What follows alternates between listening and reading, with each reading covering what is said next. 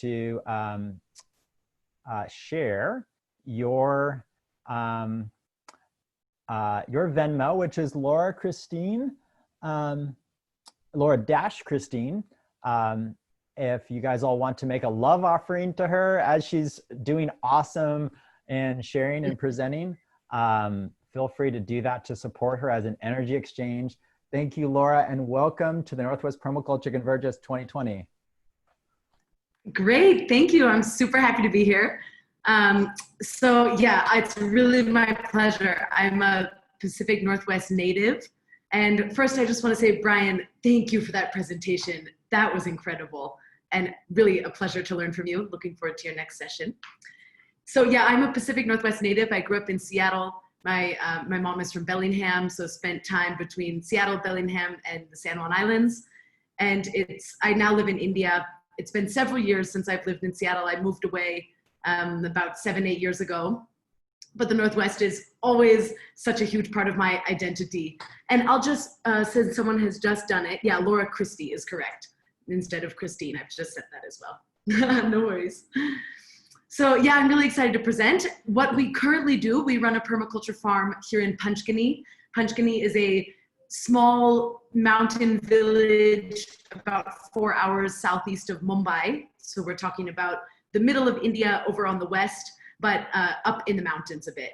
So really lovely and a very cool, wonderful climate that allows us to grow dark leafy greens. And you know, I've dug up my mom's raspberries from her garden in Seattle, and those are growing here, as well as we can grow tropical things, you know, like papayas. And so it's a nice combination. And today what we're going to talk about, you know, there are many reasons for you to go this route, but regardless of what it is, what we're going to talk about is all the solutions for you to essentially kick every single chemical out of your house. And maybe you might be anywhere on that spectrum. Maybe you've replaced a couple things and you've kicked some things out, but there are other things that just seem seemingly impossible. And how could you find a solution for that? So we're going to cover all of those. And I want you to know how incredibly easy it is, how effective these solutions are, and how it's most likely that you already have everything you need sitting in your home. And yeah, this is what today's talk is about. So we're going to cover the following, which is going to be, you know, general cleaners for your home. So that might be a surface spray or something to clean the toilet or the tiles or the car or the dog. And then we're going to talk about cleaning your dishes, doing your laundry. And then we'll get into personal care products, because in the home, we'll have solutions for everything that you need to clean your home. And then in terms of your own self, how to take care of your hair, how to wash it, how to condition it, how to, you know, gel it up if that's what you're going for, how to detangle it. We're going to talk about how to take care of your skin, both face and body. We will talk about then deodorant and toothpaste, and we'll also talk about cosmetics. So if there are women out there who are interested in that portion of it, that's quite an interesting thing, because sometimes you might want to wear a cosmetic of some kind. And so we have solutions for that. And I think that'll cover it. So that's a lot. And, you know, I give this presentation very often to folks in India. And this comes with a big intro of why this is important and why we have to do this. I feel confident that I don't have to give you guys that same spiel about why these things are important. So we'll just jump straight into solutions. Before we jump straight into solutions, though, it is worth mentioning that if you have not before, you know, I'm sure that if you're watching, you have the connection in your heart that the, you know, chemicals and pesticides on our foods are causing damage in our bodies and we should get rid of them. And I was in that camp for a lot longer than ever thinking about what we put on our bodies, whether that's the most natural sunscreen you could buy or the best eco product from Whole Foods or PCC. Still, there's still products and they still have synthetic chemicals in them, 100%.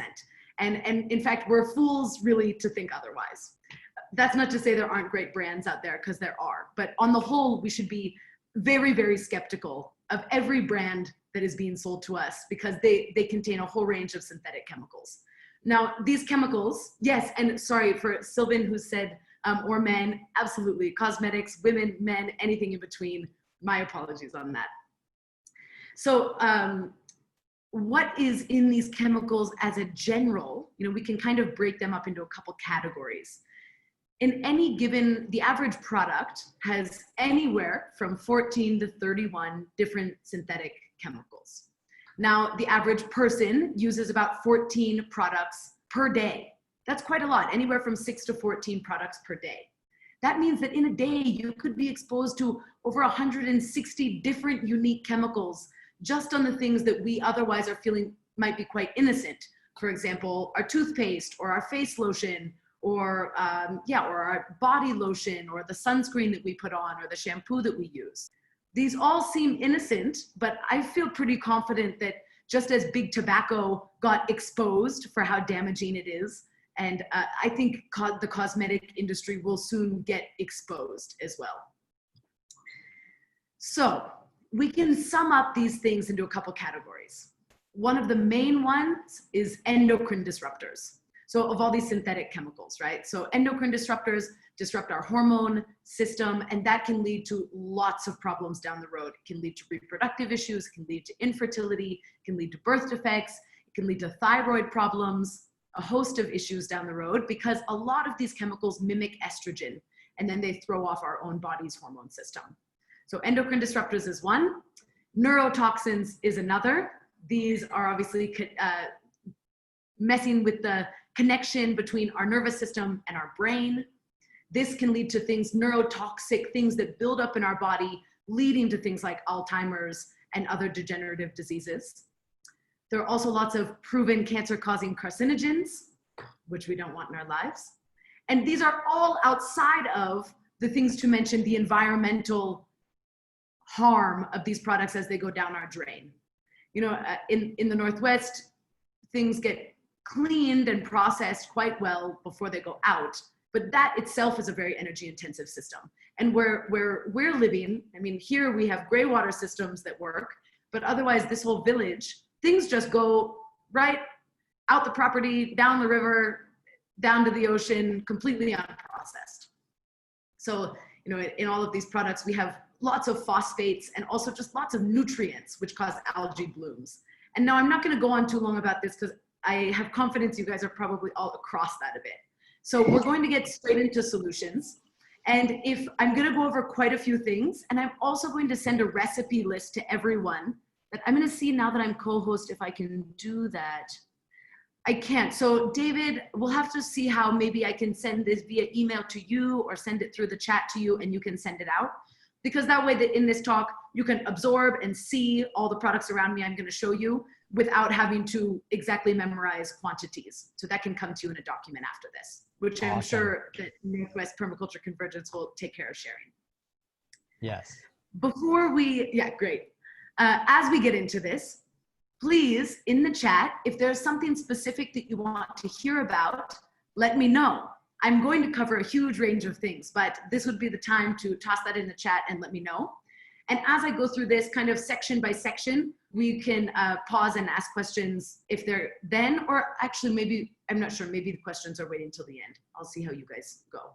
But yeah, there'll be questions or time for questions for sure. So chuck it in the chat if you want something specific. Now, let's get started. We're going to start by talking about general cleaners, things that you can use in many, many different situations throughout your home.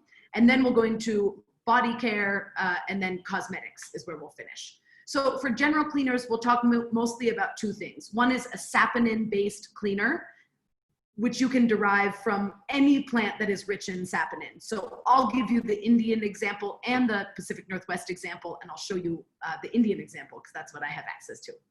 And then we'll also talk about bioenzyme. So bioenzyme is spelled like this. And if you have not started making bioenzyme, I hope that it is the very first thing you do after this presentation, because it is all just waste materials and it ends up being a really effective cleaner that you can use in so many different parts of your home. So first we'll talk about saponins. Now, lots and lots of plants have natural saponin, and lots of those you can find them absolutely all over the world. In India, we're very lucky to have this particular plant, which is called a soap nut. In Hindi, we call it Rita, but it looks like this, and it is the berry of a tree, and this is now the dried version. So this is very high in natural saponin.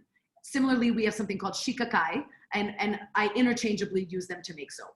Now, I'm gonna show you the example of how to do this because it correlates perfectly with how you would use horse chestnuts if you're in the Pacific Northwest. And what a great time, because it is autumn. Autumn is upon us now, and horse chestnuts will start coming up everywhere. All you have to do is take a walk in your neighborhood. You'll be able to collect several pounds, and those will last you the entire year. So you can freely forage for this in pretty much every single local park. And yeah, you'll have your soap supply for the year completely sorted. So why this is an effective cleaner is because of the natural saponin.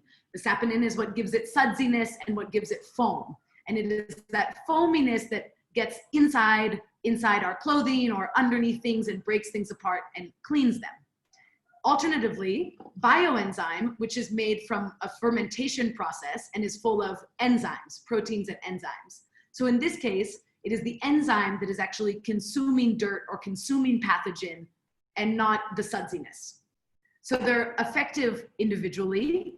Put together, these two things become super effective and can be used all throughout the home. So for soap nuts, which, look, soap nuts actually are available via online in the Northwest. You can get them on several different websites. There are lots of different people in the States who sell imported soap nuts. Use your own ethical choice because, of course, this is not native. For me, this is super local. For you, what is super local is horse chestnuts. And I would encourage you to go do that. So in this case, making soap could not be easier. Here we are. I've got a jug of water, and here are my bowl of soap nuts. All I have to do is put these in still water. This is about a 2.5 liter jug, so I'm gonna put in about 2.5 handfuls. If you are working with horse chestnuts, what you would want to do is first collect them, and then you'd want to break them open. And that's gonna be the most arduous part. You can use a good big butcher's knife and some elbow grease and break into it. Cut them up a little bit. You can either decide to chop them, or at least once it's in a half or in quarters, you can blend it, put it in a food processor and process it a little bit.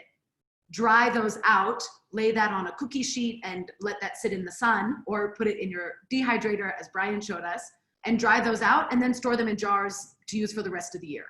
The process to make your soap is going to be exactly the same, which is just to put it in water. So here I have now put my soap nuts in water. In the case of horse chestnuts, it'll only take 1 day. You just soak it in still water for 1 full day, and then you'll strain it and you'll use it. In the case of soap nuts, I'll soak it for 2 days, 2 full days, and then I'll go in there with my hand and I'll pulp it. Really remove all of the saponin that I can, strain it, and then use it. These are incredibly effective cleaners. And I know it sounds so simple, but that's because it is so simple. So the liquid at the end then looks something like this. If I give this a shake, you can see all of that nice foam that comes to the top. And often with a plant with natural saponin, it is the agitation that makes it sudsier. So similar with when you're using horse chestnut or when you're using shikakai or rita, is that when you're agitating it, that's when you're gonna get a lot of that really nice soap. So this is now your all-around cleaner that can go into, it can be a shampoo, because all of these are also a low pH. So for a shampoo that matches the pH of our scalp. So this could be a shampoo, this could be a laundry detergent, which I will dive into a bit more specifically next. This could be used to mop your floors or to wash your car, or to put in your toilet, maybe in a combination with bioenzyme to then wash your toilet. So right, a saponin-based plant can be used all throughout your home as soap. Of course, and dishes, which I shouldn't have left out. This is a very effective dishwashing, and this is all that we use for the last 2 years. This is all that we have used as dish soap. When I'm using a natural product like this, I make sure that when I'm washing dishes, I'm also using really good hot water to wash them. And then that combination makes me feel good that that's gotten really clean. There's just a quick question that came up, how to make your own. So yeah, that's it. Just go collect horse chestnuts, crack them open, blend them as in to make them coarse, put them on a sheet to dry, either in the sun or your dehydrator, store them in jars, and you'll use about the same amount, which would be 1 handful per liter. And I'm sorry, I'm gonna talk in liters. It's been a long time since I've thought in gallons, but you know, you can do that pretty easy conversion. So yeah, about a handful per liter, and let that sit in still water. That will extract the saponin and you can use it. Even from horse chestnut, the leaves also make a very effective cleaner. It's a bit more work than using the nut. And also something I should note about the nut is that when you're cracking it open, if you take that brown skin off the outside of the chestnut, it's not mandatory at all, but then it means that your soap is really good at washing white clothes as well as everything else. Where, you know, you want to make it so that one thing is going to do everything in your home. So I would remove some of those brown skins to make it so that it's a more pure colored soap. The leaves can also be used, and the leaves you would chop them up, boil them, and then squeeze them out. Boil them for about 20 minutes, and then really squeeze them out, and you'll get quite a thick soap. And that's what you can put in maybe a hand pump that you would use as a hand soap near your kitchen. And then the liquid that remains, not from what's in the leaves, the liquid that would remain could be used for laundry or for dishes. So this is the saponin-based plant solution. Now we'll move this aside and we'll talk about bioenzyme. Also, let me know, has anyone heard of bioenzyme before, and has anyone made it? I'd love to know. If you have, shoot a message there. So I'm going to show you bioenzyme in several forms. Here we go. Okay, these are all bioenzymes in different ages and different forms. So what bioenzyme is it the same as EM? I'm not sure actually. Bioenzyme is a combination of fruit peels, a sugar source, not a white sugar. It has to be either a molasses or what we use in India is called jaggery or called gourd, which is basically just the juice of sugar cane that then gets cooked. So it's a bit cooked, but it's still full of bacteria, still full of all of the nice raw minerals and everything. So in this case, it's a sugar source, fruit peels, and water. What is happening when you're fermenting that together is you're taking the natural yeast that is native on the fruit peel, you're giving it a good quality sugar source, and that consumption and that fermentation process after a month's time will yield you a liquid that looks like this. I mean, after a month's time, actually, it'll still look like this. This is now 1 month old and ready now for me to strain and to bottle. This is very much still in process. So as I open it, that was pretty subtle to see, but the gas released a little bit, that pressure released, and that's the only maintenance that I have to do every day in the process of making bioenzyme, is every day I want to give it a bit of a shake, I want to open it up and release the gas, and then I want to put this back on tight. So now we'll get into a little more specifics about how to make bioenzyme. I find this an incredibly effective cleaner. So how I use this most often is I put it in, I mean, everything is just upcycled plastic from, you know, people who come through the house or however plastic comes into our lives. So you can put a spray bottle on top of something upcycled.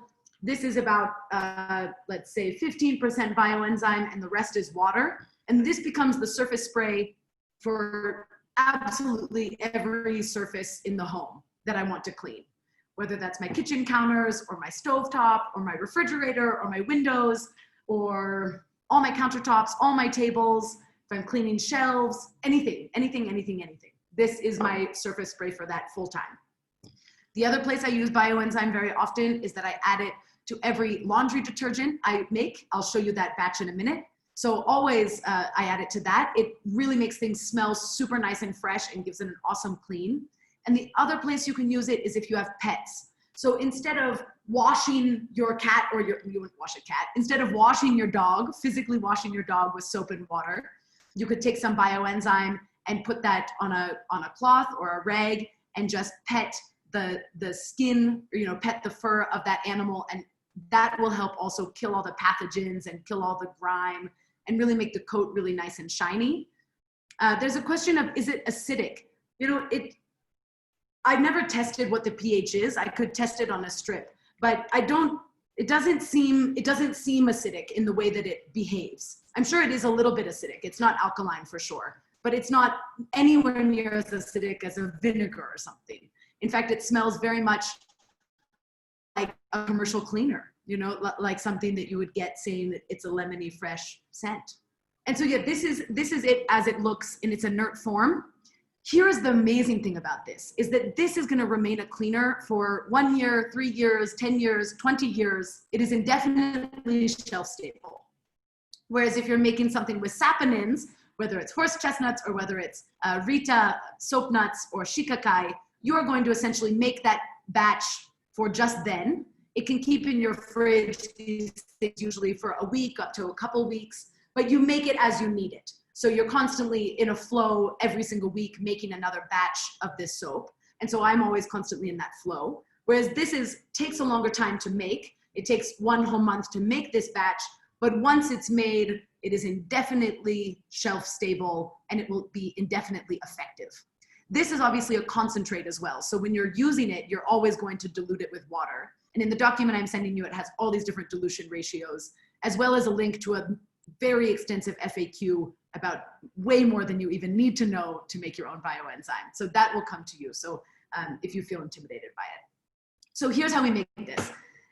What you do is you need to save up your fruit peels. That means have a bag in your freezer, and every time you're eating a banana or an apple or a lemon or an orange, put that in the freezer, in the bag. And once you have a good amount, I usually do it once I have about 1 kilo. Again, sorry, I'm working in liters and kilos, but this is a 5-liter jug, and I use 1 kilo of fruit peels in this. The ratio, though, is easier than that. The ratio is 1 to 3 to 10, meaning that you have 1 part sugar source. In your case, I would go with molasses. In my case, I go with jaggery. So 1 part of a sugar source to 3 parts fruit peels to 10 parts water. So it does not matter how big or small you make this batch. It's always that ratio. So that's 1 to 3 to 10. I find that it's best if you make it at least, you know, a couple gallons or several liters at a time, because it is a lengthy process. So all you do to do that is combine those ingredients in that ratio in a preferably plastic jug. Please go upcycle it. There's more than enough that you can just find any and everywhere. But you want plastic because this is a process that is going to build up gas as it ferments. And if you're doing it in glass, you definitely have the possibility of breaking that glass, and that could become quite a nuisance. So upcycled plastic is best, and something with a tight fitting lid. This needs to be without oxygen while it's fermenting, but it needs to get oxygen once a day. All you have to do, right, is just open it up, let it breathe for half a second, and close it back on. So that's the process of bioenzyme. Make your very first batch. Your very first batch, if you're doing it completely purely with just those 3 ingredients, it'll take you 3 months from start to finish. Because as you can imagine, there's no culture, there's no master culture in it yet. Once you've made your first batch that takes 3 months, then you just take a bit of your old bioenzyme and you add that to your new batch, just like you would do making yogurt or making kefir or making kombucha. So you take some of that previous fermented liquid, add it to your new batch, and that will accelerate the process to 1 month. The other cheater's way that is totally effective and not a problem at all is that you can also add a pinch of active dry yeast. So your very first batch, if you add just a teaspoon of active dry yeast, then you can have this exact same effect, and it'll only take 1 month. So, and then from then on, you can just go ahead and use the starter liquid. So the question is, can you make bioenzyme in cooler temperatures? Yes, absolutely. Maybe the fermentation would take you longer, but I don't think so. I mean, here I'm living in pretty cool temperatures as well for most of the year. Nothing like the Pacific Northwest, but yes, bioenzyme can be made anywhere. And the fruit you can use can literally be any fruit. I mean, I wouldn't imagine that the skin of a pomegranate, right, has as much natural yeast on it as the skin of an apple or the skin of a banana. But things like apples, bananas, citrus, any citrus, gosh, even stone fruit peels, stone fruit skins, any of this can be used. My recommendation is to only use citrus. You can use anything. And so go ahead and experiment. My experiments have led me to the knowing that citrus smells the best, for one, which is important. You know, we all are sensual beings, and if something looks nice and smells nice, we're more likely to use it and to convince our household to use it. So I find citrus to be the best, also because you get that added benefit of citrus naturally being antifungal, antimicrobial, antibacterial, so you're getting those benefits into your soap, whereas you won't get those benefits if you make it with banana skins. So that's on bioenzyme. I'm happy to take a couple questions on bioenzyme now, because this is the most complex of all the solutions, although it's still quite simple once you actually start. So if anyone has questions about it, now go ahead. And just something to mention as well, as you guys might write those out, which is that once I've strained this, so this batch is now ready for me to strain. I'll just pour it through a strainer and into a big bowl and then pour it into containers. Once I pour it into containers, after a couple days, this part will settle down to the bottom, still a little bit pulpy, and this clear liquid will rise to the top. Let that happen. And as it's totally settled, then you can take and you can pour that clear, completely clear liquid into a bottle like this, and this is your completely shelf-stable material. This pulpy remains makes very good dishwashing material, and otherwise you just want to use this up faster rather than this. This pulpy remain is also what you can go ahead and add to your next batch as a culture and as a starter. But this clear liquid, which you just filter right off the top, this will be completely shelf stable for generations to come. I do see a couple questions that were up above. Does the saponin contain phosphates or other nutrients that can be problematic in the environment is one? No, not that I'm aware of at all. I mean, it is just, yeah, the plant compound would be saponin, and you find saponins in many, many plants. You know, you can, if you rub leaves together and foam comes, that's a plant that has the plant compound of saponin. So it goes perfectly into the system once it's out. We feed it to all of our trees and our whole greywater system, and never seen a problem at all. And actually, to piggyback off that conversation, bioenzyme, because the enzyme eats up pathogens, would mean that as this goes in and releases into your system, the bioenzyme might consume these extra nutrients like phosphates that are then causing algae blooms. So if using a saponin-based plant is net neutral, then using bioenzyme is actually a net benefit. And there was one other question that I saw. Well, maybe a couple. Is it possible to make bioenzyme in cooler temperatures? Totally, go for it. If you find it takes you longer, then your indicator will be this. Your indicator will be that you open it up and it's completely inert. There's no more activity or fermentation happening, at least once you've reached past that 1 month mark. Because this might end even before a month. You want to let it to go that long. But if after a month it's still fizzing, that's okay. Keep letting it go longer. Once it becomes inert and you're opening this up and there's no gas, you're ready to bottle. The other indicator, and this is sometimes true and sometimes not, is that if all the fruit peels are starting to sink to the bottom, which here you can see that some, well, most are still floating, but there are some down there too, then that's also an indicator that the brewing is over, you know, that all of that has kind of been consumed. There was one more, and you may have answered this, but does it have to be citrus peels? What about apple cores? We don't grow citrus, but we have cool weather crops. Not at all. The fantastic thing is it can be any fruit. It can be any fruit. But I like to use citrus. This is my advice of now having made many batches and knowing that citrus smells the best, is just the nicest experience, and you're getting those antiviral, antibacterial properties that is native in citrus anyway. So it makes it a really effective cleaner. But absolutely, apple cores, because that's what you have, go for it. That's perfect. So can you use like 5 or 6 different kinds of fruits and yeah, okay. Absolutely. Like a fruit medley. Yeah, absolutely. You could use grape skins. I mean, you could use any fruit, because all fruit will have native yeast on the skins, and that's what you're going with. I'm calling this bioenzyme, but other people call this garbage enzyme for that same reason. It's just whatever is coming out. Any of that can make a batch. So yeah, throw a party, invite some people over to eat some fruit, and then make your first batch. Okay, so these are general cleaners. Now I want to move to more specific things because these can be used all across the home.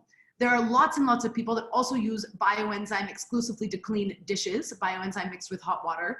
Personally, I feel, and maybe it's just psychological, but I feel that having something sudsy when you're washing your dishes really makes you feel that it's getting clean. Whereas when I've washed dishes before, just this bioenzyme and water, and it doesn't give you the same satisfaction. So you absolutely can wash dishes just with bioenzyme, but a better combination would be a saponin-based plant, either horse chestnuts or in my case, soap nuts, and then you could add bioenzyme in as you like. So now let's talk about laundry detergent. This one took me a while to crack and to feel that, okay, my clothes are coming out clean, they're smelling nice, I'm not having everyone else in my household complain because, you know, not everyone here is a permaculturist like myself. So I finally kind of come up with one that is really effective and fantastic. I'm gonna show it to you right now. So this is a base, firstly, of whatever your saponin liquid is. So in your case, horse chestnuts, in my case, soap nuts. So I'm gonna put in some of that. I'm also gonna put in a natural vinegar. We brew kombucha, as you might see behind me. We sell it commercially in India. So we also have lots of kombucha vinegar. So I'm gonna put in some kombucha vinegar. And all of these ratios will be in your recipe list, but also as you can see, it doesn't matter too much. The vinegar is a really effective cleaner. And we'll also put in bioenzyme, which makes clothes smell super, super nice. So it's a splash of all of these. And then when I'm actually going to do my laundry, I put in just a little baking soda. And then you get a pretty awesome foam. So that's the reaction of the vinegar and the baking soda, and probably a little bit of the bioenzyme as well. And then this foam is just what I put straight in my washing machine. And it's such an effective laundry detergent that I've convinced everyone I know. I've convinced my Indian mother-in-law to go this route. So that's pretty good. So yeah, and this can be horse chestnut water or soap nut water. But you want a vinegar. And that vinegar does not have to be, it doesn't have to be a vinegar per se. You could use a lemon juice. So any good solid acid, because that makes clothes soft and bright and smell quite nice. The baking soda is obviously an effective cleaner. That's why we've used it for centuries all over the place in our homes. And yeah, then you're getting the sudsiness and all the jog from your saponin plant, and the bioenzyme makes it smell really, really good. And you know that it's getting inside clothes and cleaning them up too. So that's laundry detergent. Now we can switch to, we can switch a little bit over to body care products. The last I'll mention is, yeah, I talked about this earlier, but bioenzyme and water as a surface spray, absolutely everywhere. Any single thing you need to clean. Smells great, super effective. And bioenzyme is great at cleaning grime. You know, this enzyme has a great way of getting into dirty and greasy areas. So for a greasy stove, then this is a really good solution, but it's also just a great solution for your table or your countertops, etc. Okay, Liz asked, so what would you use to do a load of laundry? What I do to make it easy on the whole household is that I'll make a couple liters of this liquid, which is still, it's gonna be majority of that saponin water, and then a bit of vinegar and a bit of bioenzyme. So I'll keep a jug like that in the laundry room. And then when people are going to do a load, I say to use about 200 to 300 ml and to add about 1 spoon of baking soda. So that's what I use in one load. So no, this was a generous batch. Yeah, this is more generous than what would be needed for one load. You could probably use this over, yeah, 2, maybe even 3. Oh, such a great question. So quinoa and lentils also contain a lot of saponin.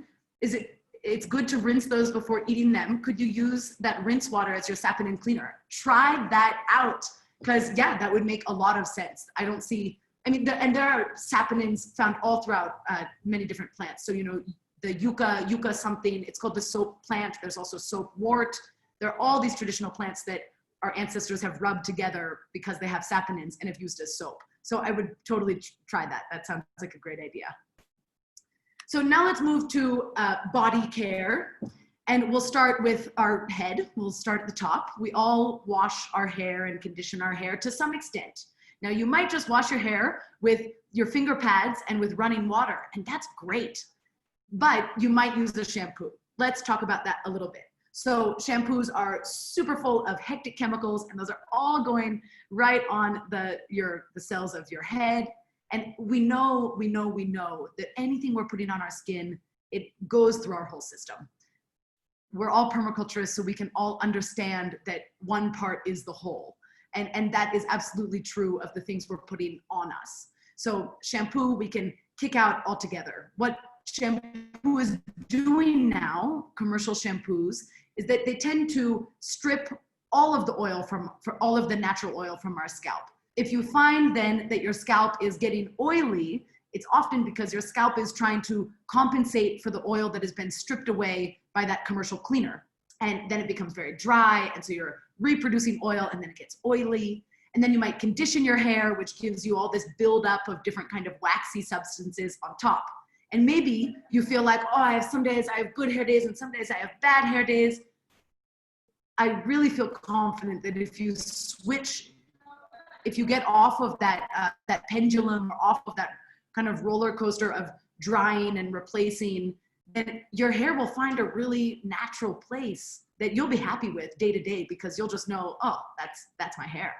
So we're going to talk about a couple different shampoo solutions and a couple different conditioning solutions. Now,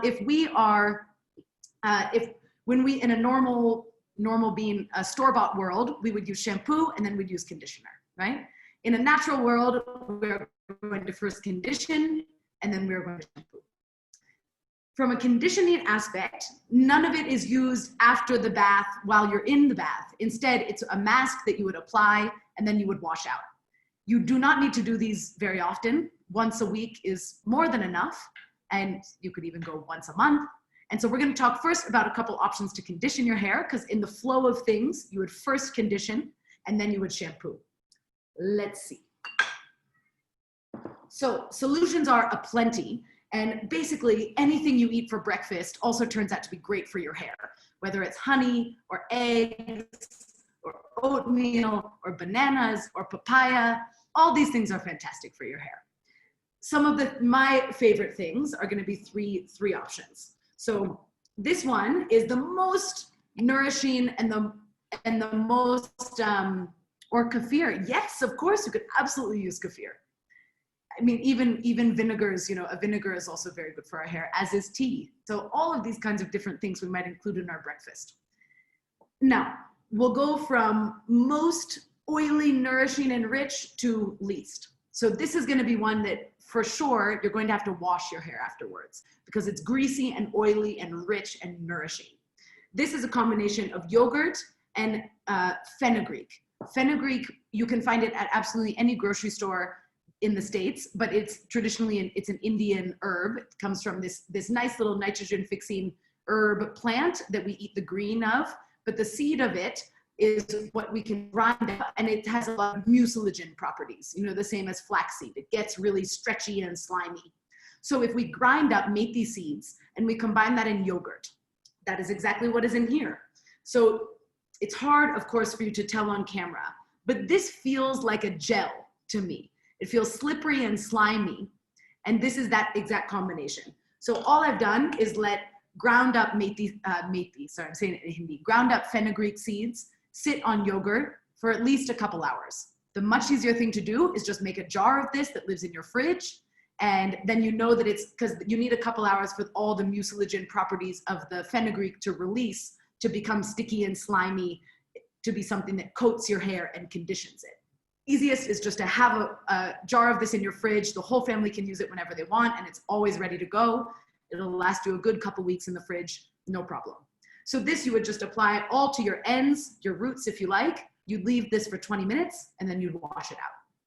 20 minutes being the bare minimum. You could also sleep with it in your hair, or you could leave it all afternoon. That's totally up to you. But any of these masks you want to leave in for about 20 minutes so they become effective. So that is most nourishing. If you're dealing with hair issues, like you have hair fall or your hair is very dry or very brittle, then this is going to be your go-to solution. And you can do this as much as once a week, as little as once every couple months, and it's really nice. The next one, in one step down from that, just want to find my little towel. In one step down from that, we have a combination that looks like this, pretty liquidy. This is a combination of a single egg yolk. I'm sure a lot of you guys have chickens, or at least have a friend who has chickens. So take one good quality egg, one nice spoon of honey. Honey is, so egg yolk is protein, our hair is protein, so the more protein we can give it, really the happier, stronger, and more lively it's going to be. And a combination of honey. Honey can be used all throughout our life in so many different ways. It's a beautiful antibacterial medicine that we can take internally, of course, but we can also use it topically on our skin, and we can use it on our hair as something that's really nourishing. So honey, an egg yolk, and then some tea of your choice. If you're blonde, you might use chamomile or green tea. If you have dark hair, you might use a black tea. That's totally your choice. If you have very blonde hair, I don't encourage you to use black tea because it can dye your hair. If you have gray hair and you want it to not be so gray, then use black tea because that will also help dye your hair black. Then a combination looks like this. The nice thing about a mask like this is that this I can put on my hair and on my ends, but because it is not fatty in the same way that yogurt is, I don't need to wash it afterwards. I can simply rinse it out and go on with my day. And the other great solution is a papaya.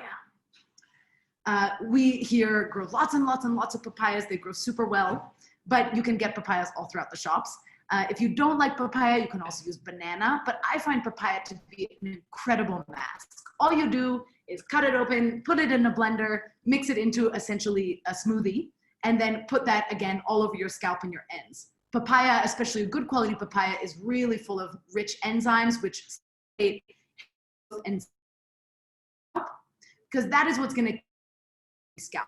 It's not these materials that are present in shampoo. It is the fact that we are circulating blood cells on our scalp. So that now let's move to washing, and I just will check questions real quick. Okay, so Julie is asking about flaxseed and chia seed using that water. And I'm gonna shelf that question because I have a flaxseed solution coming up. So these are the great conditioning solutions. Think basically breakfast foods. Now to wash, you can use that exact same horse chestnut water as a perfectly effective shampoo. For long time, all I was using for shampoo was just a liquid like this, which is my own saponin water. Your saponin water is the horse chestnut one. Super effective because it has a low pH, it's going to clean gently, and it's going to clean nicely. Usually with these saponin things, you really want to avoid getting them in your eyes because they sting and they turn your eyes very red. If you have kids, little kids, and you don't want to take that risk because you don't want your kid super upset about a red eye, then the solution for you is going to be chickpea flour. Chickpea flour just looking like this. So I'm going to show you now how to make this into a shampoo. Chickpea flour, chickpeas, like has been mentioned many times in the comments with other things, quinoas, other legumes, chickpea has natural saponin. So to make this a shampoo, all we do is make it a paste. So here I have, this is absolutely more than you would need for a single wash. This is 2 or 3 washes, but I wanted to use a big amount so you guys really got the idea. So I'll just pour in some water and I'll whisk this up and you'll be able to see that it gets foamy.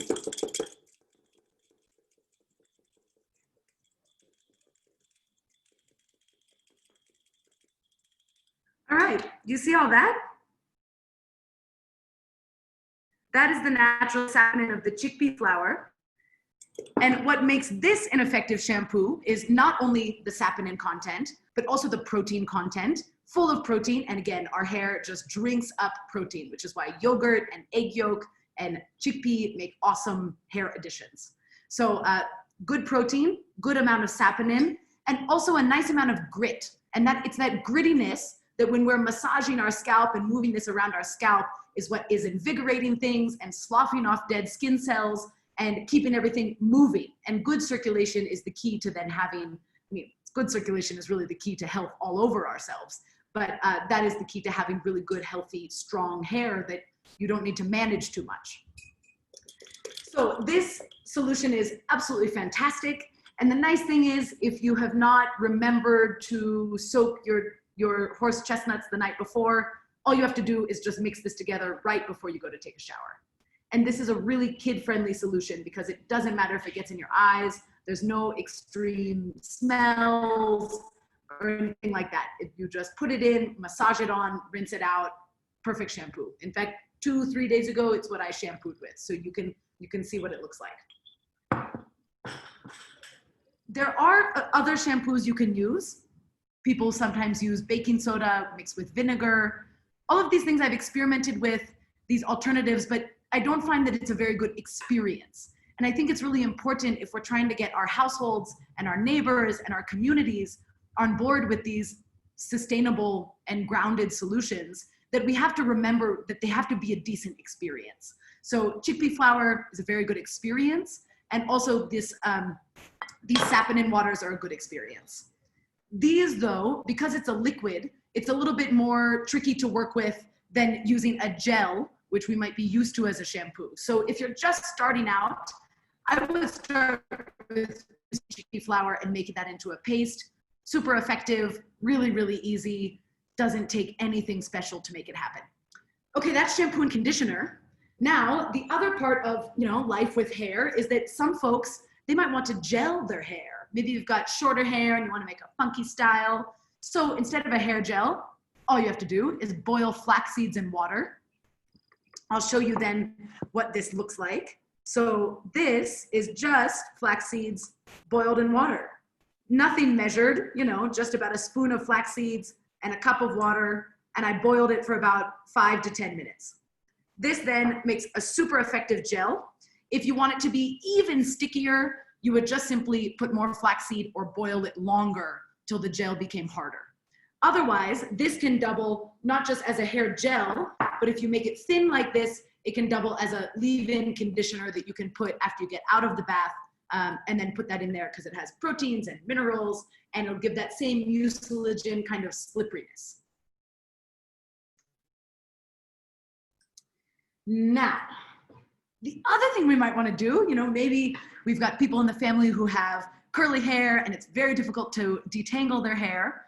All you need to do for that is take some water and soak in fenugreek seeds. Actually, I should have brought some methi seed.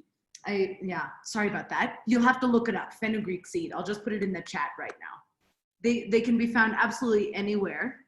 It's very common in Indian cooking, but you're using it for the same mucilagin property. So you're soaking fenugreek seeds in water, let that sit for 2 days, strain it out, and then just put it in a similar kind of spray bottle and spray that on damp hair. That mucilagin property will help coat the hair so that you can have an easier time brushing it.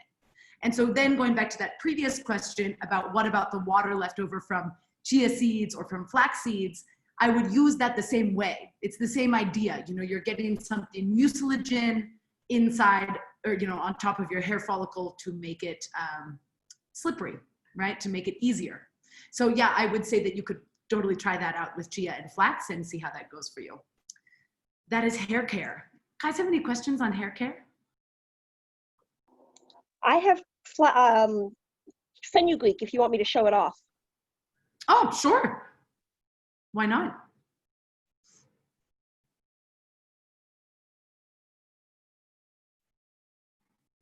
Oh, actually, I don't know the logistics of switching videos in a meeting. But yeah, Google fenugreek. Oh, good, she's got it. Yeah, great. Exactly.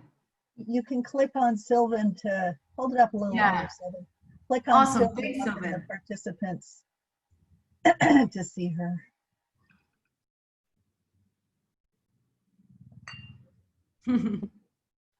I love the way fenugreek smells. It smells like some kind of ancient candy to me. They almost Totally. I also love how it smells. People often say they smell like maple syrup. So yeah, all the more reason to spray it in your hair then.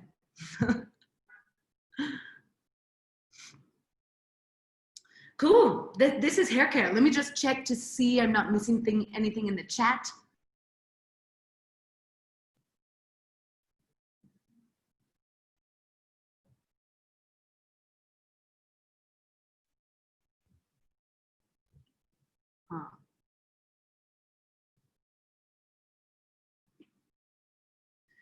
So Deepika, you've asked, would you add that slippery liquid to your saponin liquid? I don't see why you couldn't, and you should experiment, but you don't need to. That saponin liquid is going to be enough to cleanse your hair really effectively. If you find, and some people might, if you find that that saponin liquid is drying out your scalp, then I would encourage you to switch and try the chickpea flower solution. These are all different plant-based solutions, and all of our bodies are going to react differently to different things. So if one doesn't work for you, don't give up. There are multiple options. Go keep trying. But yeah, the saponin liquid will be enough to be an effective shampoo. Okay, so now let's talk about taking care of our skin. If more questions, oh yeah, okay, great. Here's one. I use Dr. Bronner's soap for my hair and laundry. Absolutely, totally. Dr. Bronner's is amazing. I found all of these solutions because I no longer live in a place where I can buy Dr. Bronner's. So yeah, I know that I realized that I could also probably make Castile soap, but I'm also not in a place with any olive oil. So this is then how we found all this other stuff. But yeah, Dr. Bronner's is fantastic. And a lot of, not a lot, a couple people I know in the States who are doing this will mix Dr. Bronner's with coconut milk and use that as a shampoo so that it doesn't dry your hair out too much. And so Deepika, the flax and fenugreek option would not necessarily be a conditioner. The flax option would be a hair gel. The fenugreek option, fenugreek soaked in water, would be a detangler option. And conditioners would be options like this. This is egg yolk, tea, and honey.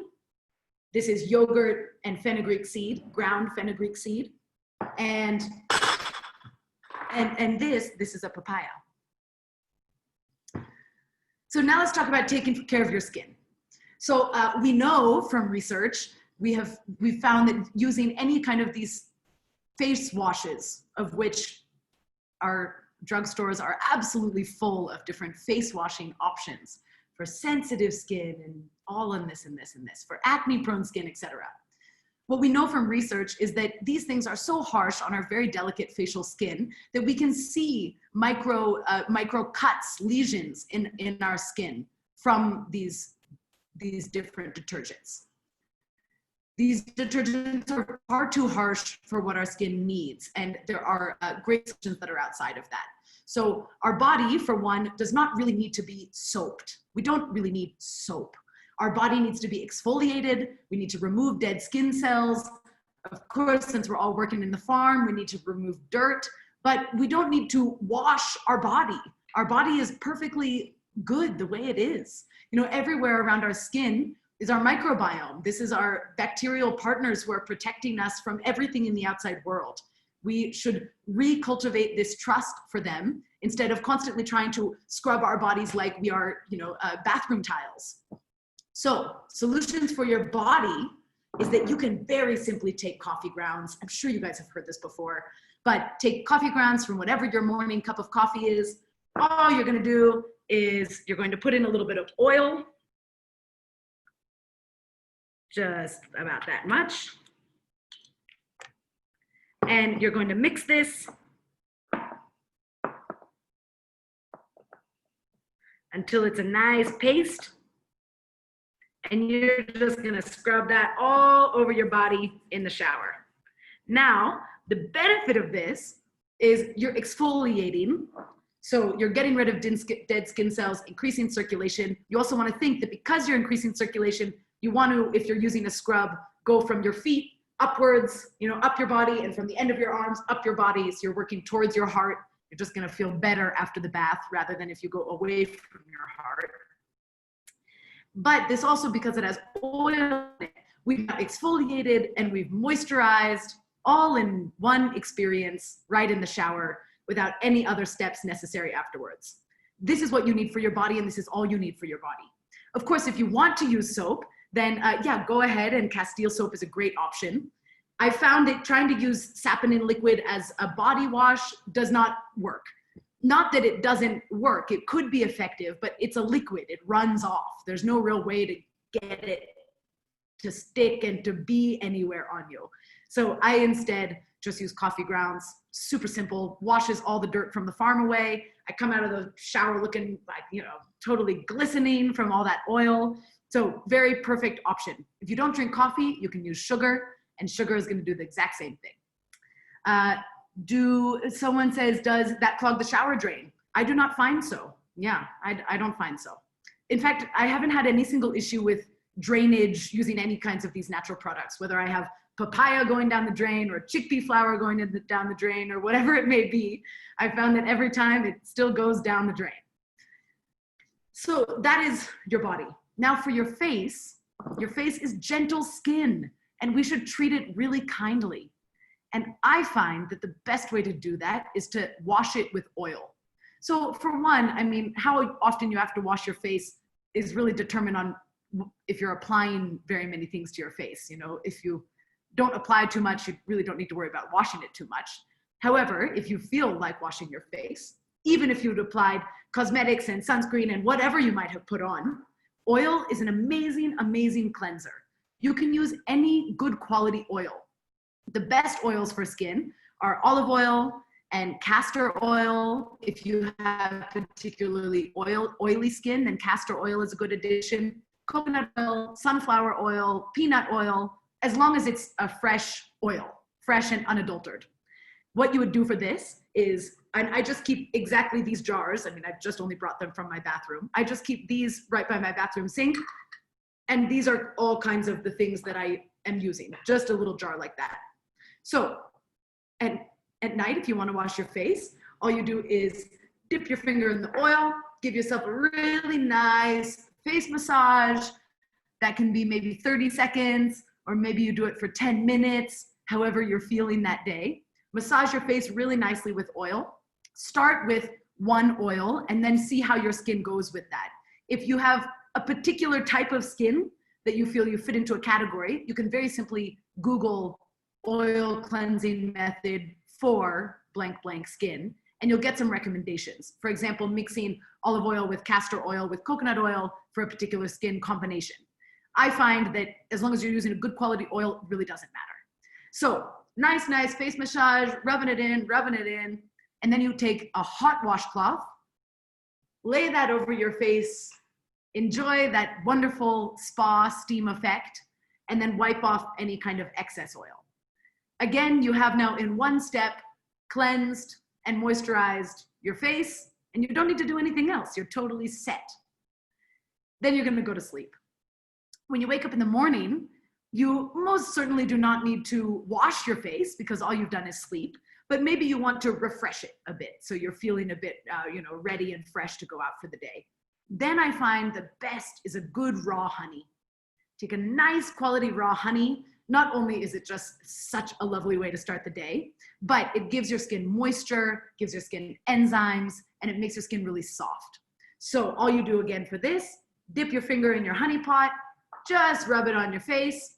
I usually keep that on as long as I'm brushing my teeth, and then rinse it off with cold water. Because honey is also moisturizing, you don't need to then go add moisturizer. Maybe in the winters you would. And you could, in that case, use another good quality oil and just dab that on. But honey is moisturizing in itself. So after you do that, after you wash your face feels moisturized. It doesn't feel dry. That then is facial care. Now, let's talk about oral care. And Carmen has asked a specific question, and I don't want to say an answer to something that I'm not totally knowledgeable on. So I would Google that, Carmen. I would say oil cleansing method for, was it rosacea? Yeah. And just put that in Google and see, because I guarantee other people have come up with the solution. So now let's talk about oral care. One sec, I'll just have some water.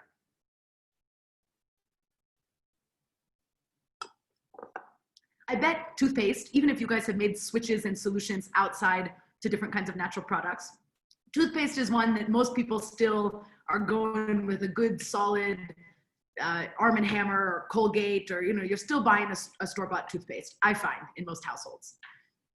Toothpaste is a real quick one we should kick out the house. We also should not think about these sensitive gums in our mouth as bathroom tiles that we need to scrub with an industrial cleaner. It's mad.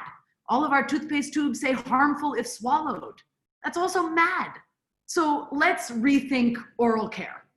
And we can do that by first understanding that toothpaste was very simply something that was marketed to us as a great thing to sell and make money on.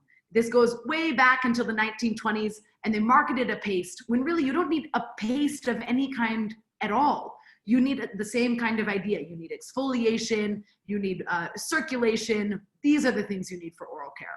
Now, we also know that our oral health is directly linked to our cardiovascular health. So if we are stripping our mouth full of its native bacteria that is protecting us within our saliva, that is protecting what goes inside, we're putting at risk our whole body. Everything is starting here. This is the first line of things coming in. And we have a very unique floral makeup that protects us. So let's, so much of this is dissolving marketing that we're told about what we need to be clean, be hygienic, be beautiful, be safe, etc., and recognizing all of that as marketing. And instead really stripping all of that back, reading labels, and then going even deeper to understand what those ingredients mean. Because as you continue to research this, if you just spend half an hour researching, I'm pretty sure you'll drop all of them because you'll be so freaked out by what you read. So let's talk about a couple good oral hygiene solutions. All right.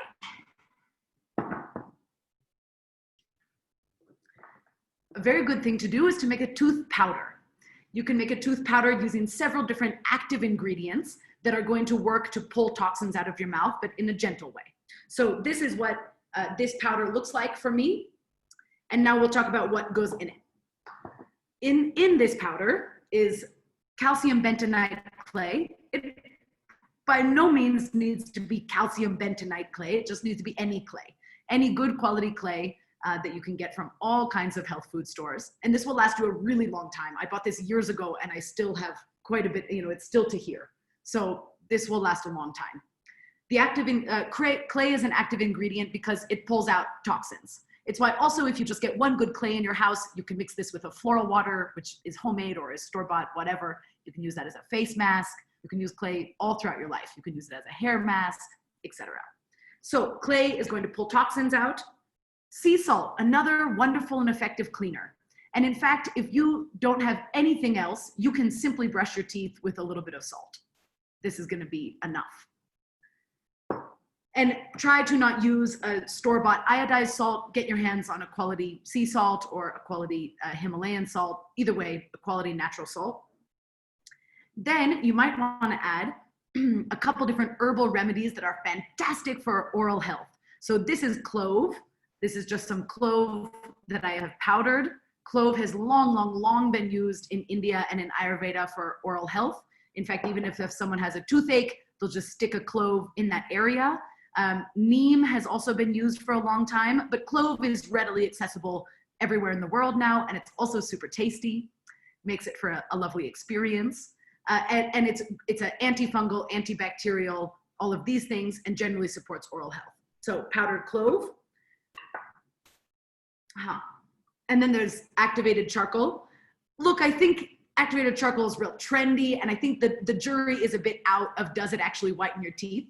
But this is what they say, right? That activated charcoal will whiten your teeth, and that's what supports a really bright smile. And I find it to be true. So activated charcoal. And what is not pictured here, because I don't have the bottle anymore, is a little bit of stevia.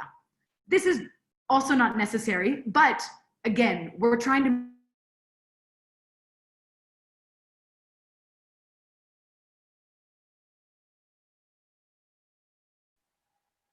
Did I freeze or did she? She froze. She froze for a moment. This has been really awesome. This has been amazing. So like to pass it on to your family, I love that part. When she said it, family, your community, and the world, to change things, you make it pleasant. That's what she's going to say.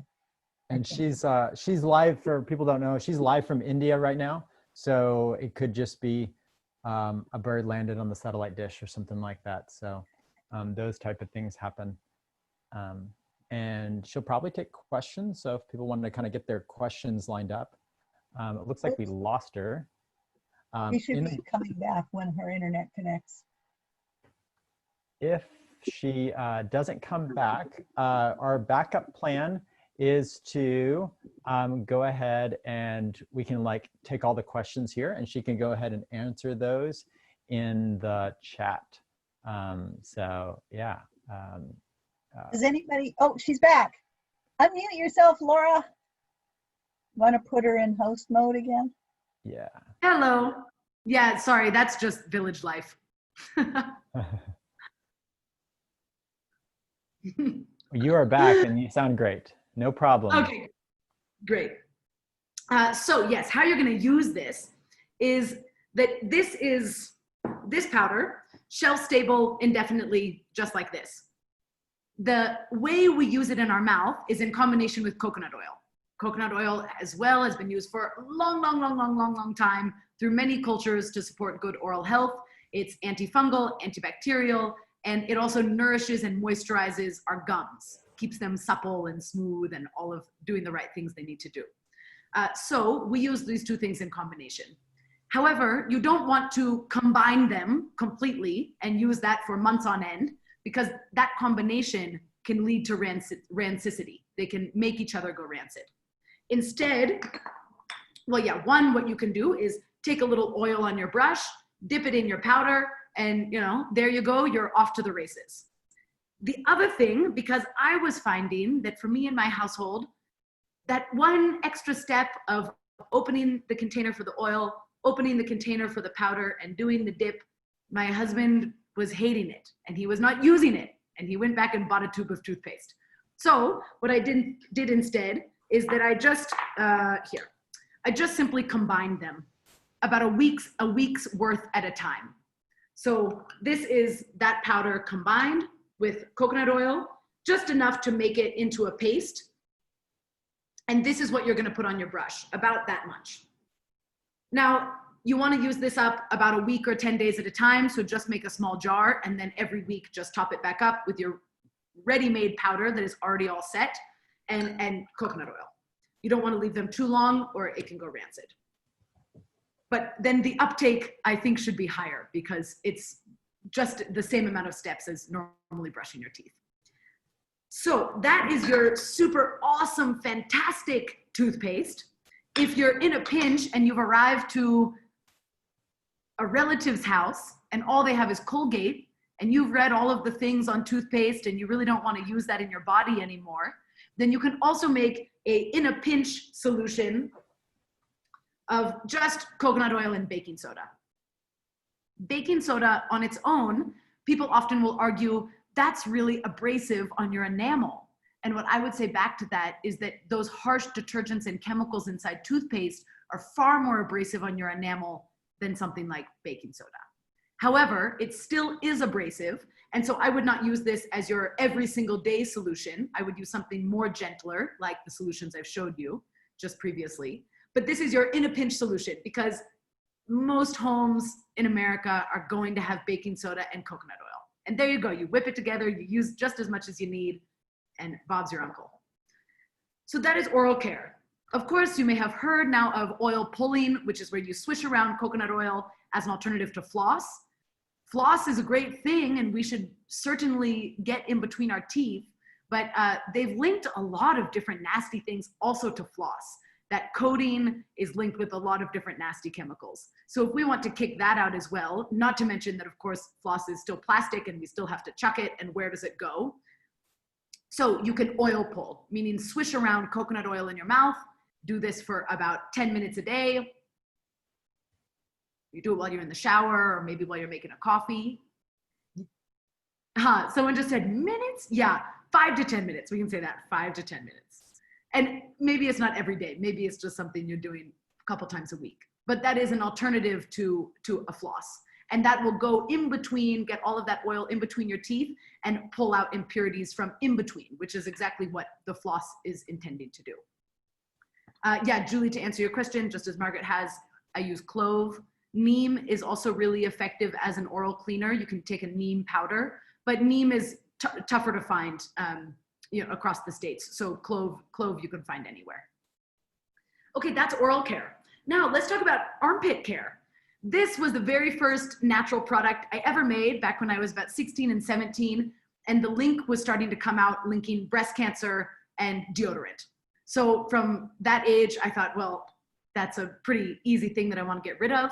I tried lots of different natural deodorants.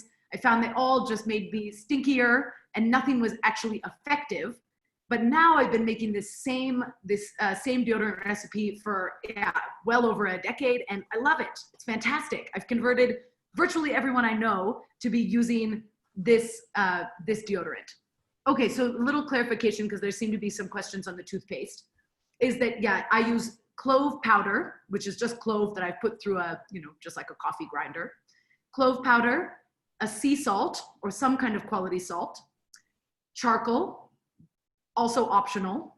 It does, I will say, when you're using charcoal, it does make it that your sink basin, you have to clean out between each brush because it gets super black.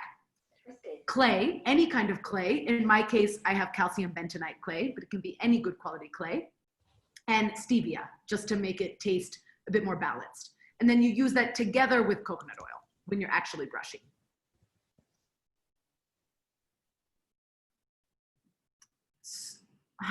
Okay, Kathy, great. So she's asked, is it okay to use straight baking soda with purified water as deodorant? I do that, but it burns a little. So yes, let's talk about exactly that. Because baking soda is indeed the active ingredient in a deodorant. It is a deodorizer. It's why we put it in our shoes and an open jar in our refrigerator to help with scent. So it is an effective deodorizer, but it also is very abrasive. And I would find that if just baking soda would be too abrasive and you could get a rash, an uncomfortable rash. This is not a place you want a rash. So if you combine that instead with something that is a silky or smooth powder, which could be either cornstarch or arrowroot powder. Cornstarch has GMO implications and yay and whoa, and maybe you can find a good source for it, then you could use cornstarch. You could also opt for arrowroot powder, which we find locally very easily in India. It grows here. Both are going to be equally effective. So this deodorant, and let me just find it here. So this deodorant looks as a paste like this. In the winters in the Northwest, it's going to be rock hard and you're going to have to scrape it out with the back of your thumb and you're going to have to warm it up in your palm. That's just how it is. And in the summer, you'll just dip your finger in and it'll look like this. So this is a combination of baking soda or arrowroot powder with, baking soda and then cornstarch or arrowroot powder, coconut oil, and that is enough, those three. Coconut oil is also, again, antibacterial, and it's also going to give glide and lubrication and moisturization. The cornstarch or the arrowroot powder is simply acting as a, as something to give it some silkiness, some smoothness, and a bit of body. Because if you're just using baking soda, it's going to be too abrasive. So this, in parts, you could say it's 2 to 2 to 1, meaning 2 parts coconut oil to 2 parts arrowroot powder or cornstarch to 1 part baking soda. Having equal parts is not so necessary because, if you really feel I'm still super stinky and I need more deodorizing power, then you can up the baking soda. But otherwise, if you keep that as a 2 to 2 to 1, then you won't generally have as many issues with rashes or with that abrasion as you might if you bumped up the baking soda level. The way that you can make this super luxe is to source a bit of shea butter, and then instead of doing 2 parts baking or 2 parts coconut oil, you do 1 part coconut oil with 1 part shea butter, and that would also, it would just make it a nicer, creamier, kind of more luxurious experience. You can make a big batch like this. It is going to be indefinitely shelf stable, maybe until the oil goes rancid, but that could be in a long time. And you can make a big batch and then divide it into jars and have everyone in the household add their own essential oil so you can have your own customizable deodorant scent. So this is a super effective deodorant. Look no further. I'll just answer some questions on that first. Yes, coconut oil or swishing pulls out toxins not from the mouth, but just from the whole body detox. Thanks, Julie, for summarizing that. Okay. Sylvan says she adds charcoal to her deodorant recipe, but does that make your armpits black? I would wonder. And yeah, lovely. And a lavender essential oil, and that would be beautiful. No, a little bit of charcoal. I mean, the paste itself is light gray, but I don't find that it makes my clothes or anything else black. It's just a tiny bit. Oh, great. And you find it to be effective, I imagine, this deodorant? Yeah, it's great. Yeah, It's great. almost exactly like what you do. I just add charcoal to that same recipe. Yeah. Awesome. I'll give that a try too. Great. So now we are going to wrap it up by talking about, we're going to wrap it up by talking about cosmetics, which may or may not apply to you, but I'm sure it applies to someone you know. Most recently, there is a documentary that's come out. I'll put it in the chat. It's called Toxic Beauty. You can rent it on a couple different platforms, but I think this will be the first step in taking down or exposing this industry. The way that the cosmetic industry, it is so unregulated. We have no idea what is being put in products. And we are putting that all over our face, on our lips, on our eyeballs. I mean, you know, we're putting it everywhere. And maybe we are not, but maybe our daughters are, or maybe our friends are. You know what I mean? We know people who use these products. So the more knowledge is power, and the more that we can know and that we can know alternatives, the healthier we can all be. So let's talk about a couple cosmetic options. Yeah, Kathy also says sesame oil can be used for oil pulling. Absolutely. And, you know, we shouldn't be so biased or so specific just on coconut oil. The preference is to get a good quality fresh oil. And good quality fresh oils are all wonderful, and they just have, you know, slightly different components and slightly different properties. But any good quality oil can be used across our kitchen, our home, and our body. Just make sure you're sourcing something good quality. All that money you might spend, instead of spending it on shampoos and conditioners and lotions, just get a good honey and a good oil, and that's it. You're set. So let's talk a little bit about cosmetics. We have a question from Blair. It seems like you're answering as you go. Do you heat the coconut oil to mix? Blair asked. Yes, great question, and it does make it easier. So yeah, heat up your coconut oil to mix it, and then go ahead. And then it'll be a bit runny. The consistency should be runny when you first have mixed it all together. But as that coconut oil sets and it cools down, it'll be more like a paste. And you'll have to usually take a bit of that, warm it up in, well, here, I can just show you. You would just do it just like this. You just take a little bit, about that much is absolutely fine. Mine, it's a pretty warm night tonight, so I don't need to do anything about it, but I'm just gonna rub that in just there. But if it's still very hard, coconut oil will melt quickly in your palm. So you just take it like that, rub it into your palm so that it's more liquidy, and then rub it in there, and that's it. So, okay, cosmetics. Yes, great, good tip. Sylvan says gentle heat, no need to go boiling your coconut oil. Just warm it up to the point that it's melted and use it like that. And similarly with shea butter, if you're using shea butter, you'd want to put it over a double boiler, double boiler. So little water in the bottom, bowl on top, and just melt those two things gently together. All right, guys, cosmetics. Let's get into it.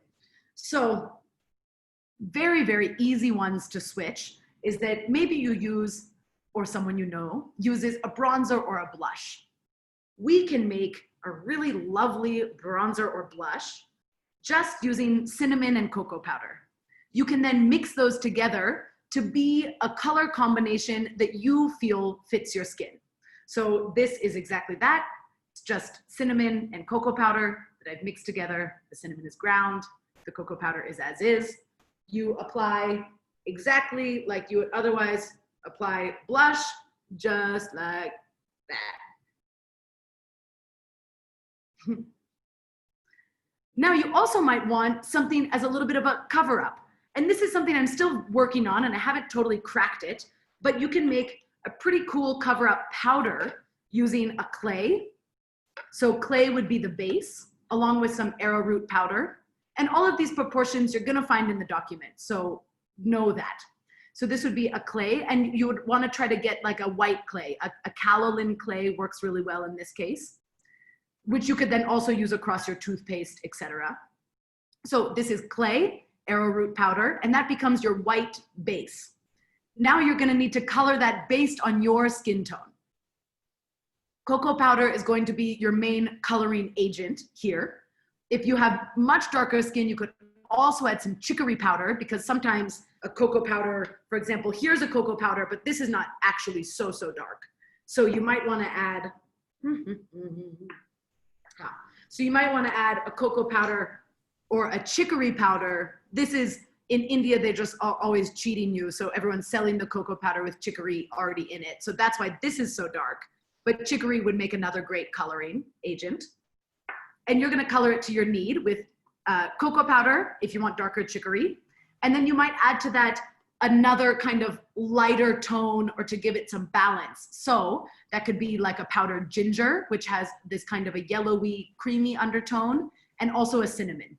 So those are gonna, oh yeah, so Sylvan has just said my base tone is more yellow. So ginger would be great, ginger powder, like a chai masala kind of powder. Any nice masala, any nice spice that suits your skin tone works perfectly fine. So the way you would take this is you would just take it like any kind of a powder on a brush and put it anywhere where you might feel you want to cover up at all. I haven't been able to make this into a liquid yet. Still working on it, I'll let you know. Yeah, so yeah, for Julie and Margaret and everyone talking about this document, we'll have to figure out, I think David will be able to help me out, of how to get this document to you, but maybe it'll just go out via email to all participants. I'm sending an email to you. I'm sending an email to you right now, Lori, with where you can send it to us. Okay, perfect. So you guys will all get it that way. Yeah. So this becomes a concealer or a powder.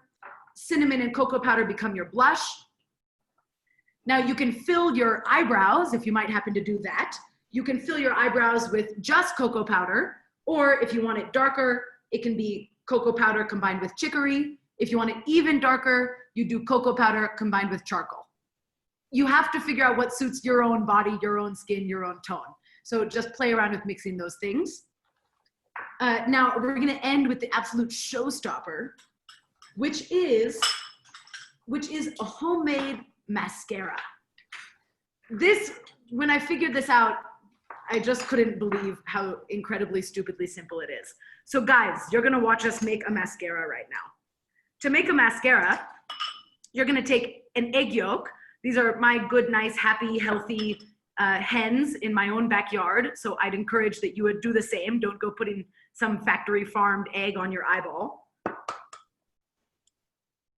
So we'll just remove the white. Laura, Yes. one man actually asked, what is mascara? Ah, my husband asked the same thing. But yeah, mascara is a black substance that you put on your eyelashes to make them, to accentuate them. From a masculine perspective also, I think it's really cool. I find it not very attractive to taste something toxic on a human. So if it's chocolate powder on their eyelashes, that's beautiful. I love that. Thanks for that perspective. So yeah, I mean, totally. Why not taste like a delicious brownie or a cookie? Yes. That's my preference. All right, so here's our egg yolk. And I'm going to add to this one single egg yolk.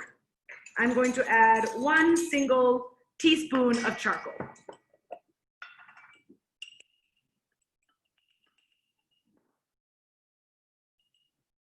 All right. Okay, it's simply these two things. I'm going to mix this together nicely, and you are going to see what happens. And of course, if you did not want to have black, if you instead wanted a brown mascara, you would, you guessed it, just add cocoa powder instead of a charcoal. It takes it a minute to get the right consistency.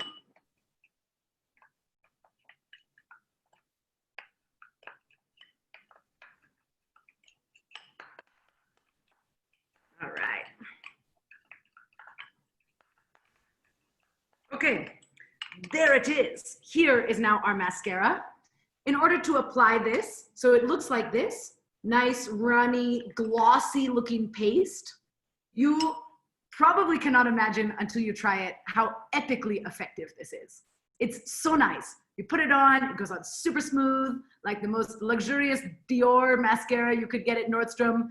And then when you can just fall asleep with it, it doesn't run or it doesn't do anything like this. And if you happen to scrape your eyes a bit, then it just comes off. You know, think about how in the Renaissance era, they would make tempera paint with egg yolk and pigment. It's the same idea. So how you would apply this is, first of all, this stays for 1 week and 1 week only, and you keep it in a little jar in your fridge. After a week, you'd want to toss it out and you'd want to make a fresh batch. So you'd apply it by simply taking an old mascara wand from the very last tube of mascara you ever bought, and you'd put it on. You know, and if I usually keep this in a jar, so I would just do some scraping on the edge of the jar. And there you go, you have it on your wand. Oh my God, I guess I'll just show you. And then you just apply it like that. I won't do a full scene here, you know, but yeah, and you just apply it like that, how you would regular old mascara. So guys, this is all of the solutions we're gonna cover today, but all of these solutions are so simple. They're already in your home. It just takes a bit of organization so that you know what you have to do in advance, so that you never are out of a solution and having to feel, oh, I need to go back to something store-bought because I didn't plan well enough. None of this takes time. I would say in an entire week, I do not spend more than 20 minutes of my life sorting out all of this for our entire 8-person household. So this is as easy, as effective, and as simple and inexpensive as all of these solutions are. And they work is the best part. So I'm gonna open it all up to questions. I just so love that you're all here with me in my late evening. It's midnight now, my time. Yeah, I'm so happy to be part of this. So let's take any questions that you guys have, and I wanna clear those up before we go.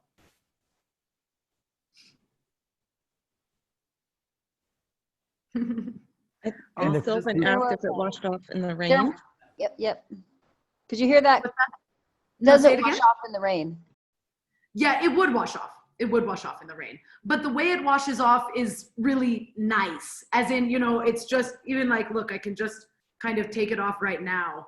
And I don't have globs of, and now I've just rubbed it out of my fingers and it's gone. You know, if you fall asleep with it on, you usually wake up and you just kind of rub your eye and it's gone. But it stays also very, very well. So it'll stay all throughout the day, all throughout the night. But then to wash it off, you just need to be in the shower and then be out of the shower, and without even thinking, it's gone. So it will wash away in the rain, definitely, but then you'll just be back to your beautiful natural eyelashes. You know, you won't have dripping chemical mascara all down your eyes and your cheeks that you're trying to embarrassingly rub off. So in that way, you know, it's as easy as it comes, it goes. But it's nice that way. And if anyone has any questions that they want to vocalize, just unmute yourself and we're going to call on you.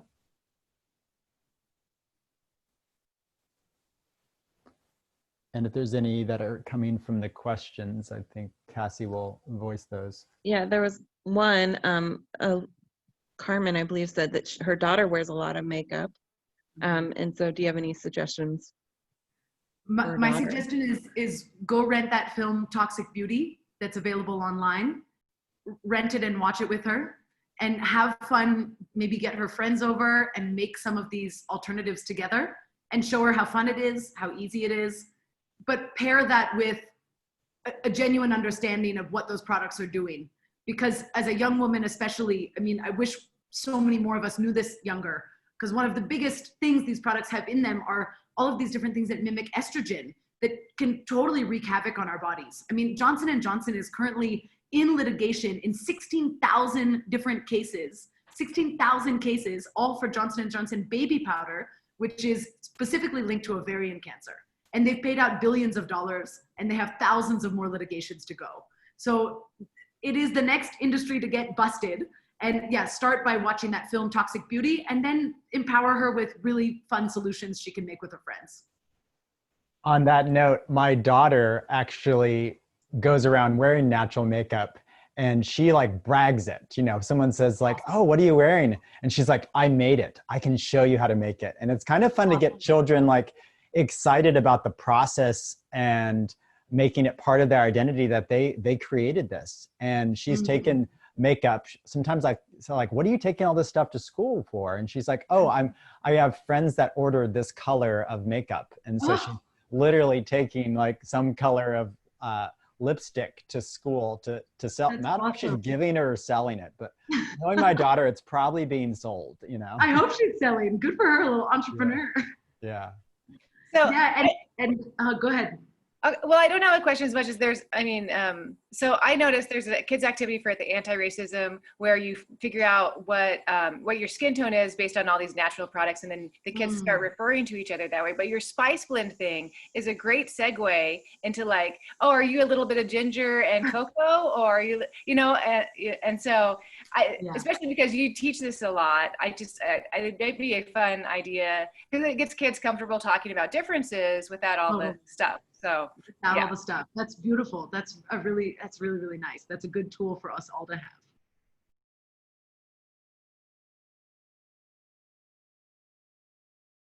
have. We can take some more questions because I don't know if we have the next presenter ready yet. And we have a backup if needed. And then we also have a video of her playing that I have ready in the case that she can't get connected. I have a few songs. I just want to point out, in case people want to find Laura, we do have her website on our schedule, so you can find her and see what she's doing in India, and like, you know, contact her through that means too. We'll provide extra information as we can, but that is a good way to, you know, stay in contact. Yeah, definitely. Thanks for that. And we do teach a lot of online workshops. The timing of them is pretty India specific. However, what we're working on right now in a really good response to all of this is our farm is called the Odd Gumnut. So we're working on the Odd Gumnut's Guide to Radical Self-Reliance.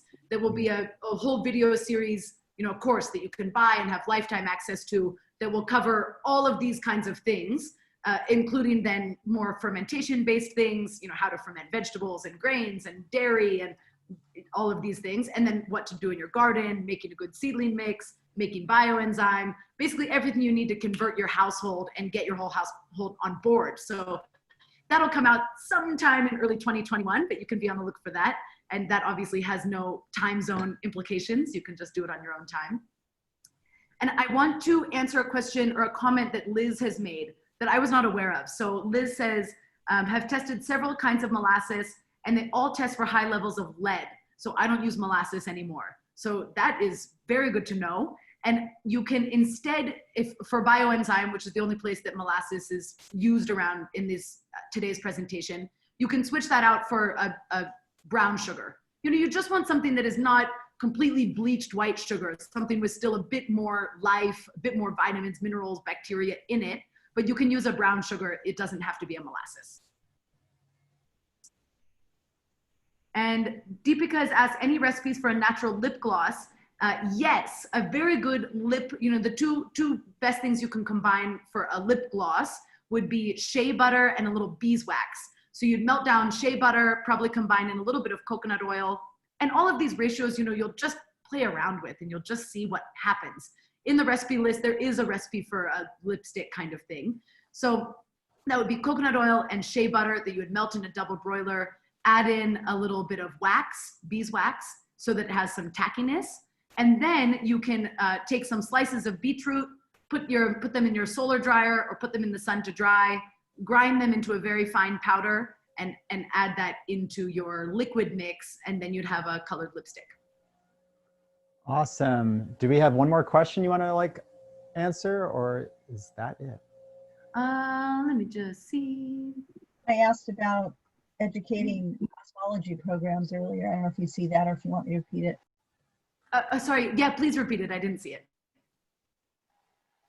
My husband was talking about the cosmetology, I think it's called, program at the local college, Olympic College, and it just stimulated a question about how much this kind of knowledge is needed. And I was wondering if anyone, so Laura or anyone, knows of how to go about transitioning, you know, this, integrating this knowledge into something like a cosmetology, you know, make a educational program. Do you know of anything? Is anybody doing it successfully? Because I know that they would balk, but this is an example of a system that needs, like you said, needs to be busted and transformed. I mean, gosh, I think what draws me so much to permaculture is that attitude of knowing we can't wait for the system to change, or for politicians to change, or for business to change, or for education to change. Instead, we ourselves must just change, and that will continue to ripple out. And I love that about permaculture, that kind of approach. And so I think that that's the solution. We have more conversations, we teach our kids, we just keep telling our community, because knowledge is power. And then slowly. Thank you, Laura, so much. And love offerings are, her Venmo is going to be in the message stream. And remember, like, an awesome energy exchange. Thank you, Laura. And thank you for staying up late for us. We look forward to, and we hope to see you in the chats later on, and join us for the rest of the convergence. Definitely will do. Thank you so much. Thank you. Yeah. And maybe I'll come to India and visit sometime. Yeah. Please do. Please I grew up in Southeast Asia, so it was like almost there. So. Oh, awesome. Yes, please come. So, and thank you to our board member, David, for finding you and connecting us. Yeah, he was a workaway volunteer at my farm. It was so fantastic. Yeah, we had a nice Northwest connection. That's so awesome. He was really, I loved his smile when he was talking about it. So yeah. Up next, we have Kristen's